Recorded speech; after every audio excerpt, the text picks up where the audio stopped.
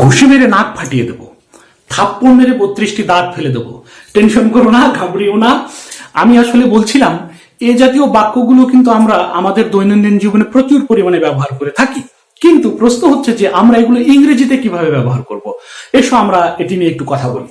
প্রথমে ঘুষি মেরে নাক ফাটিয়ে দেবো, I will punch you and crack your nose। আমরা ইচ্ছা করলে ক্র্যাকের ওখানে আমরা চ্যাপ শব্দটি ব্যবহার করতে পারতাম, CHAP, চ্যাপ। এটি অর্থ কিন্তু ফাটিয়ে দেওয়া, অর্থাৎ নাক ফাটানোর ক্ষেত্রে আর কি।